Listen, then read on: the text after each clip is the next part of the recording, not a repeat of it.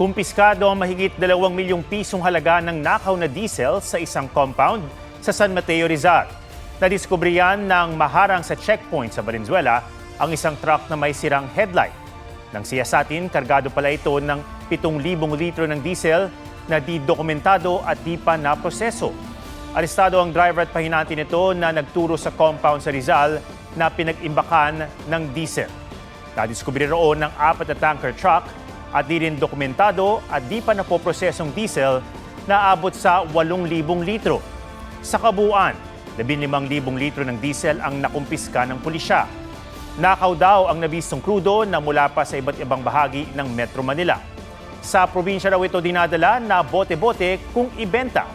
Ito-turn over ang mga ito sa Energy Department. Iniimbestigahan naman ng umuupa sa naturang compound.